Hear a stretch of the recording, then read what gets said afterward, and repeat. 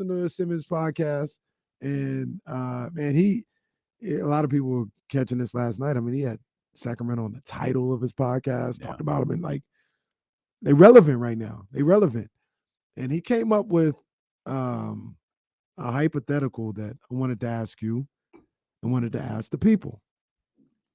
He said, "What if the Kings offered Kevin Huerter for Klay Thompson?"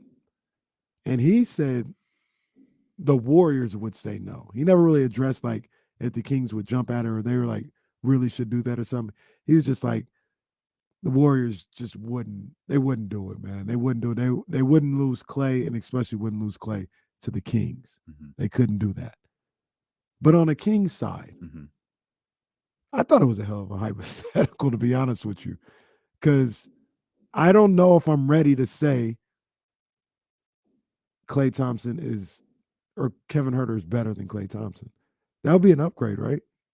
Like if you traded Huerter for Thompson, would you do it? 1 year. 1 year on the deal. Kevin Huerter's 3 more? 3 more. Do you want Klay back? Because this is a two-part question. Now, you probably want him back on a 2 or 3 year deal. He's probably going to want a 4 year deal. Okay, hundreds of millions. And that's the thing. Yeah. Like, can you realistically do that if you're Sacramento? Now we're talking about landing, the third person to be this big three. Klay has been a part of a big 3 or 4 his entire career. With an exception of a couple years, he was always 2. Steph, Klay, Draymond. KD, Steph, Klay. I'm going to put Draymond in there too. Draymond Green. Sure. Could he be the third? Because I still think it's De'Aaron, Domas, and then in this situation it'd be Klay. So that's the question though. Where do you think he's at in his career right now? Can he be the third on a championship contender?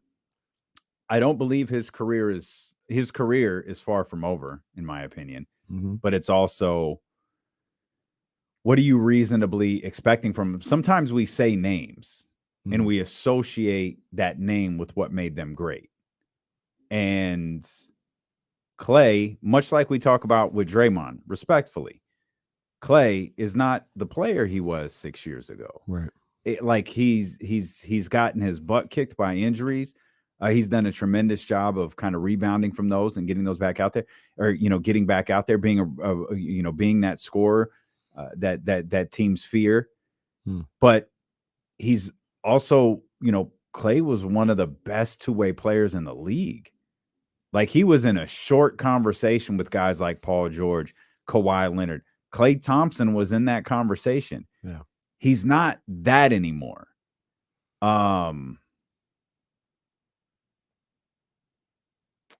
I think I would do it. I think I would do it. Again, this is a hypothetical that's not happening because we know that group in Golden State is never getting blown up. But like we said on, like we did something for the sake of television last night, I'll play along for the sake of radio. I think I'd do it. Because I don't think Kevin Huerter, like, you're not losing anything defensively. Right. That's one of the things. Mike, the one thing that I'm having a hard time with Kevin Huerter is in this comp is you're gaining something offensively. But how much? That's the other thing. I think at this point in their careers, and we forget kind of how young Kevin Huerter is. I think he's 26. Like, he's like about to enter his prime. They are closer offensively than I think people give him credit for. I still think Klay is better.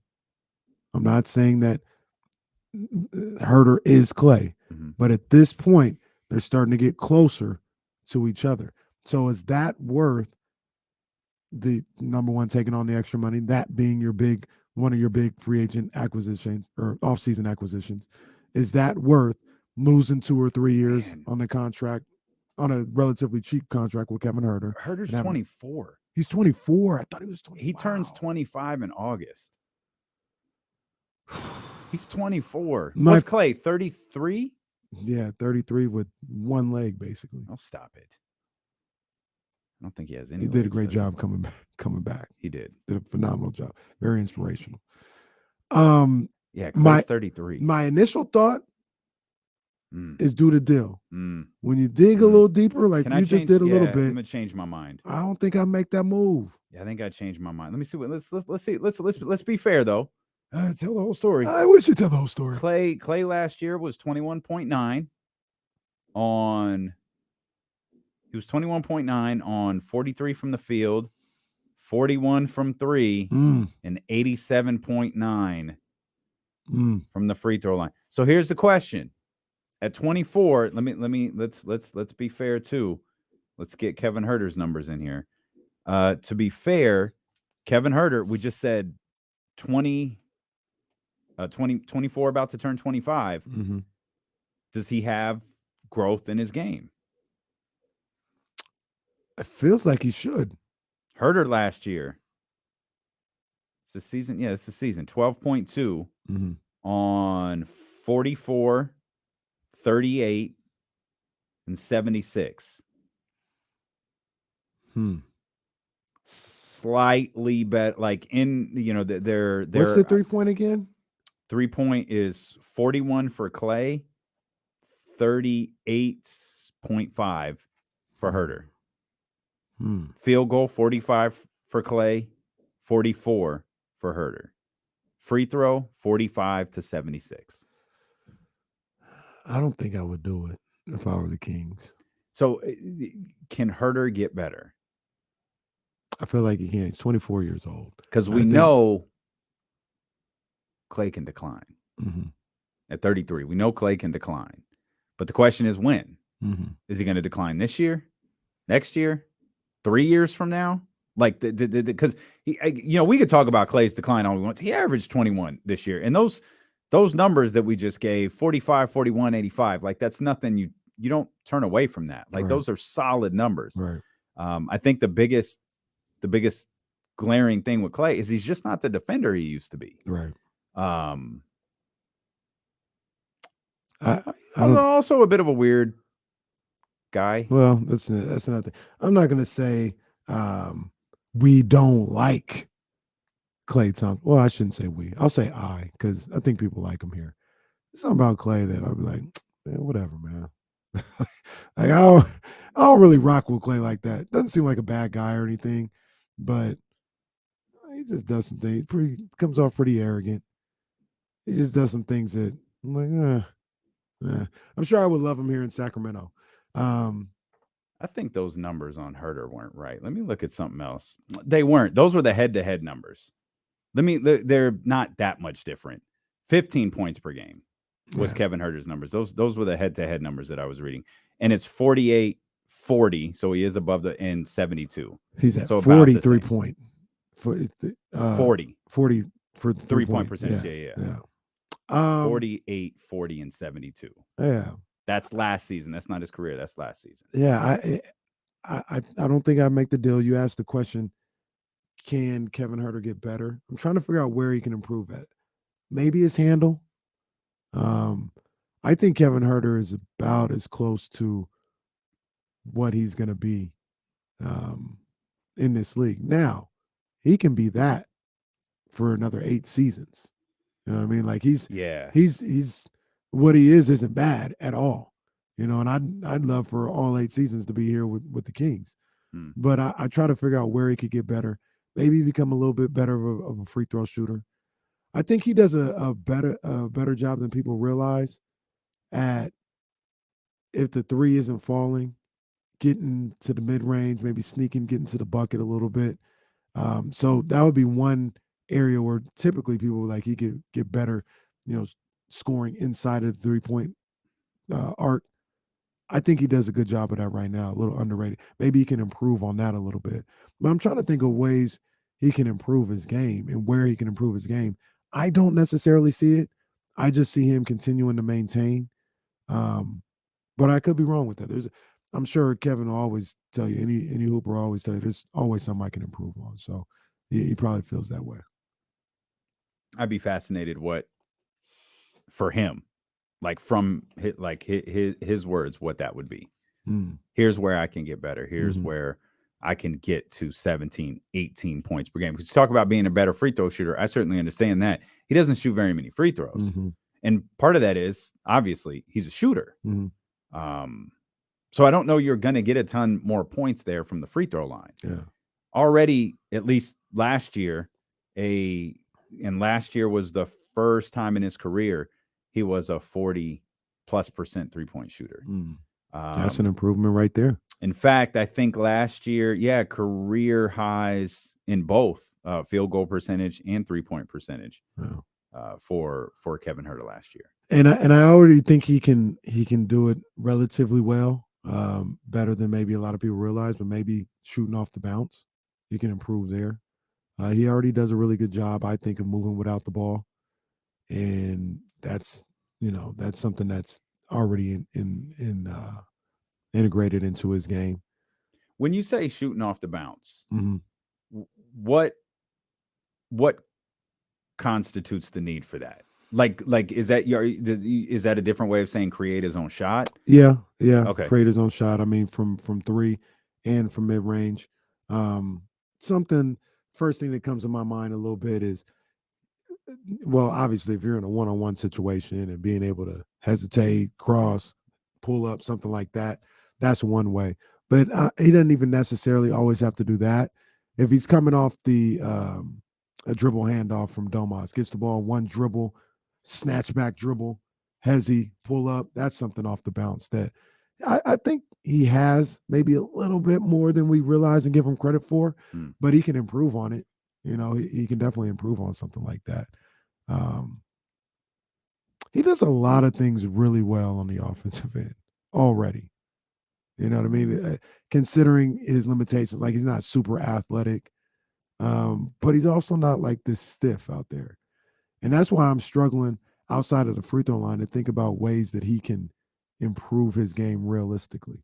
He's never going to be like this blow by, get to the basket type guy, but he understands angles and change of speed off dribble handoffs and coming off screens that allows him to get there a little bit better. So I would say for him, he can just continue to do the things that he does right now and just sharpen it each offseason.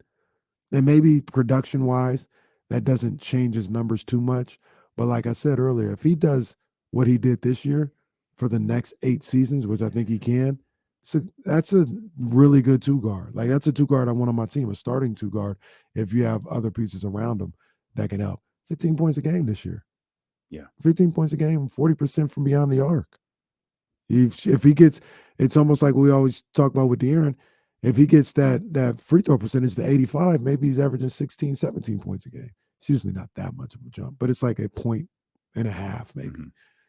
So prior to, and this probably gets lost because of the last 4 years now, prior to his knee injury, Klay played. Oh, for sure. 78, 73, 78, 80, 77, 81, 82. Like, he played. But of course, he missed 2 straight seasons, returned playing 32 games. Last year, played 69 games for the Golden State Warriors. Kevin Huerter, on the other hand, played 75 last year, 74, 69, 56 his second season in Atlanta, which was the 2019-20 season. So that was the 72-game season, and then 75 his rookie year. So it's been pretty durable thus far. Takeaway from this conversation is Kevin Huerter's 24 years old. Yeah, about to turn 25. And Huerter, he's got some life left. If you have his numbers, it feels like he plays too. Those were Huerter numbers. You said the 75, 74, 69, 56, 75. Gotcha. Those were Huerter numbers. I thought you were saying those were Klay's numbers earlier in Klay's numbers were 80, 82, 75. Like, that man was playing prior to the injury. He was playing. But now there's still a level of, I think there still is a level, because we're talking at like a year and a half. This year, I think this season we're about to enter, I think gives us the clearest indication of what Klay might look like for the next 3 years. If it's, if we're lingering around that, 70, that 65 to 70 game threshold, that's probably him the rest of his career. Hopefully nothing, happens to make that number lower. Mm-hmm. I think you just got to kind of deal with what he is defensively, though. I don't think he's bad defensively at all. No, I just don't think he's what he was. right. And that's part of the game. And another that's thing, what happens. Another thing for Clay is now this will be his second off season where he gets to work on his game. And work on ways to, work with his new body, with his new leg. Like, he doesn't have the same type of athleticism, but a player as smart as Clay and as great as Clay, now he's learning, okay, this is how I play with this type of body or with this type of movement, and figure out how to be effective that way. So he's got another off season to really work on that as well. So I don't think Clay is done by any means as a really good ball player. Like you said, I just don't think he's what he used to be, and understandably so. But he's still productive. He's still what you say. He probably still gonna get $30 million a year for this next deal. 25. Clay. Oh no! I mean, Clay's making what, 40 something? He's making 40. But if Kuzma is getting $27 million a year, you know what could tell the story when Draymond's contract is announced.